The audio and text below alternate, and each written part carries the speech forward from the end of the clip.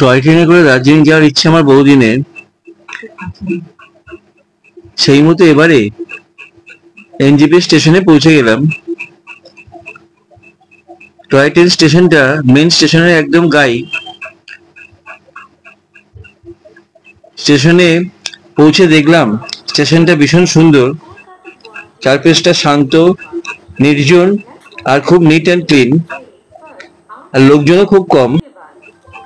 Train ছাড়ার time সকাল 10টায়, সেই মতো ওয়েট করছি। দার্জিলিং পৌঁছায় সন্ধ্যে 6:30 থেকে 7টার মধ্যে, মাঝে মাঝে আবার লেটও হয়ে যায়। যেসব ট্রেনগুলো এনজেপিতে সকালে এসে পৌঁছয় সেগুলো চয়েস করতে হবে। অনেক সময় ট্রেন লেটও করে, ভেবেচিন্তে ট্রেন চয়েস করতে হবে যাতে 10টার টয় ট্রেন মিস না হয়ে যায়। কিছু ট্রেনের নাম ও নম্বর স্ক্রিনে দেওয়া রইল, যেগুলি সকালে এসে পৌঁছয়। অপেক্ষা শেষ, ঠিক 10টায় ট্রেন ছেড়ে দিল। যে যার সিট নম্বর অনুযায়ী আমরা বসে পড়েছি। দরজার ঠিক পাশেই আমার সিট পড়েছে। আমার পেছনেই ঠিক দরজা, আর তার উল্টো দিকে ট্রেনের ওয়াশরুম, আর দরজার পাশেই সব লাগিয়ে রাখার ব্যবস্থা হয়েছে। এনজেপির পর শিলিগুড়ি স্টেশন ছেড়ে আমরা এগিয়ে চলেছি পরবর্তী সুকনা স্টেশনের দিকে। এনজেপি টু দার্জিলিং টয় ট্রেনের ভাড়া পড়ে নন এসিতে 1400 আর এসিতে 1500 টাকা। এসি কোচে ওয়াশরুমের সুবিধা আছে। এনজেপির পর আরও 10টা স্টেশন। 11 নম্বর স্টেশন হলো দার্জিলিং। স্টেশনগুলো হলো এনজেপি, শিলিগুড়ি, সুকনা, রংটং, তিনদারিয়া, গয়াবাড়ি, মহানদী, কার্শিয়াং, টুং, সোনাদা, ঘুম, দার্জিলিং। পথে যেতে যেতে পড়লো সবুজ চায়ের বাগান। এই সময় পাতাগুলো ভীষণ সবুজ, মনে হচ্ছে যেন সবুজ গালিচা পাতা রয়েছে। নভেম্বর মাস বলে আকাশও ভীষণ পরিষ্কার আর নীল, তাই এখান থেকে এই কাঞ্চনজঙ্ঘা দেখতে পাচ্ছি। ট্রেনের কোচগুলো ভালোই, কিন্তু স্পেস খুবই কম। একদিকে 2টো করে সিট, আরেকদিকে 1টা করে সিট, এইভাবে বসার ব্যবস্থা আছে। ডাবল সিটের জানলার দিক থেকে কারোর বাইরে বেরোনোর দরকার হলে, টয়লেটে যেতে বা ব্যাগ থেকে কিছু নিতে হলে বেরোতে বেশ অসুবিধা হচ্ছে। শিলিগুড়ি শহরাঞ্চল ছাড়ার একটু পরেই ট্রেনের দুপাশে চায়ের বাগানও আমাদের সঙ্গে সঙ্গে চলতে লাগলো। মনে হচ্ছিল যেন আমরা একদম চায়ের বাগানের মধ্যে দিয়েই যাচ্ছি।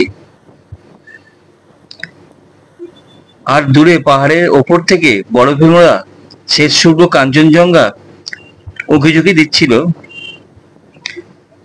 ক্যামেরায় স্পষ্টভাবে হয়তো ধরা যাচ্ছে না, কিন্তু আমাদের চোখ ক্যামেরায় তা একেবারে স্পষ্ট হয়ে ধরা দিচ্ছিল।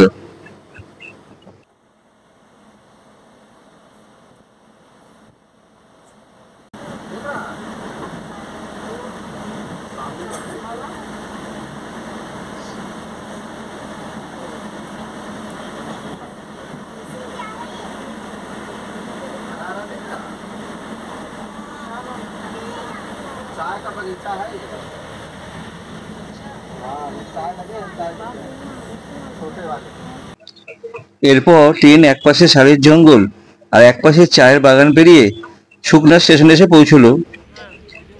আর এইখানেই ট্রেনের ইঞ্জিন গেল বিগড়ে। প্রায় ঘন্টাখানেক ধরে ইঞ্জিন সারানোর চেষ্টা চললো, কিন্তু লাভ কিছুই হলো না। ততক্ষণে আমরা সুকনা স্টেশনটা ভালো করে ঘুরে ঘুরে দেখলাম, আর সামনে একটা হনুমান মন্দির আছে, সেখানেও একবার ঘুরে এলাম।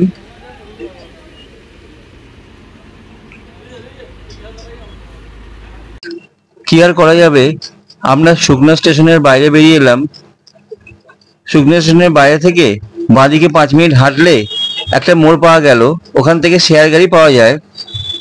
পার হেড 250 টাকা করে নিয়েছিল। এমনিতে সুকনা স্টেশনের বাইরে থেকে রিজার্ভ গাড়িও পাওয়া যায়। সুকনা স্টেশনের ঠিক বাইরে থেকে রিজার্ভ গাড়ি 3 থেকে 3,500 টাকা চাইছিল। টয় ট্রেনে যাওয়াটা ক্যান্সেল হলেও আমরা এই যে শেয়ার গাড়িতে যাচ্ছি, এটাও কম পাওনা নয়।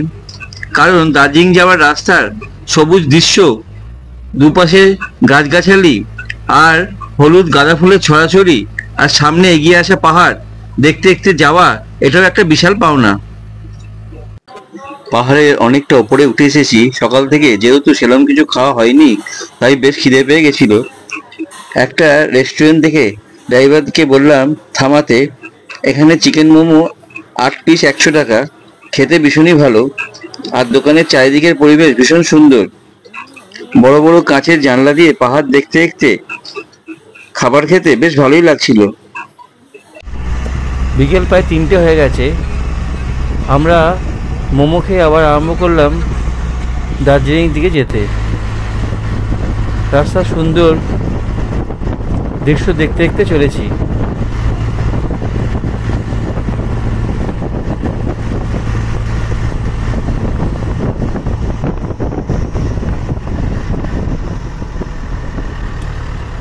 পরন্তু বিকেলের আলোয় রাস্তাঘাট যেন আরো সুন্দর লাগছে।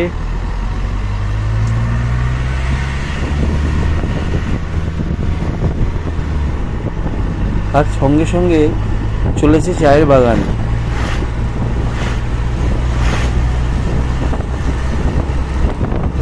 এই পাশে প্রচুর চায়ের বাগান।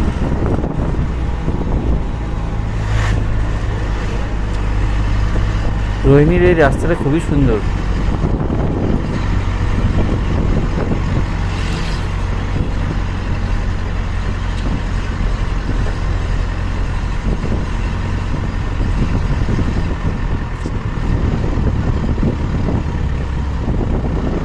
পরন্তু বিকেলের আলোয় চারদিক যেন একদম ঝলমল করছে।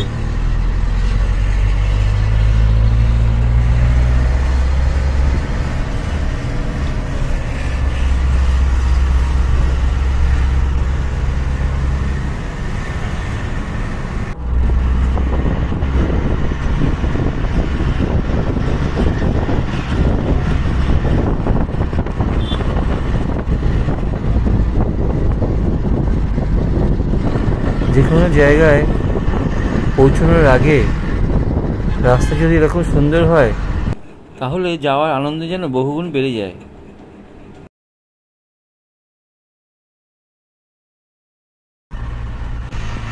আমরা এখন সোনাদা মনাস্ট্রির পাশ দিয়ে চলেছি। ভীষণ সুন্দর মনাস্ট্রি।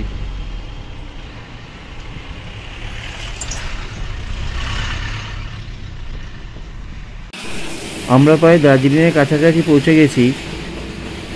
ঘুম স্টেশন আসছে, জয়রাইডের ট্রেনটাও গেল। আমরা এখন দার্জিলিংয়ে ঢুকে গেলাম।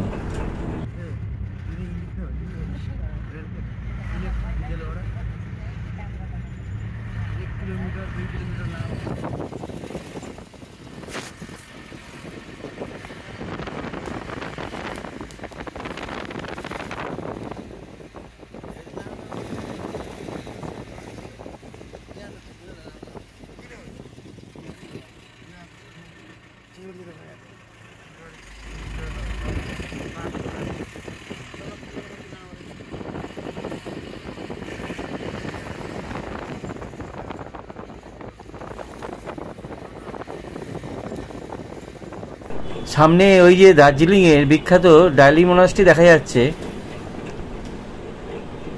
আমাদের গাড়ি এখন ডালি মনাস্ট্রি ক্রস করছে। এখন দার্জিলিং মেলে দাঁড়িয়ে আছি। প্রায় 7টা নাগাদ এখানে এসে পৌঁছলাম। মেলের পাশেই হোটেল নিয়েছি। এর পরের ভিডিওতে আবার দেখা হচ্ছে।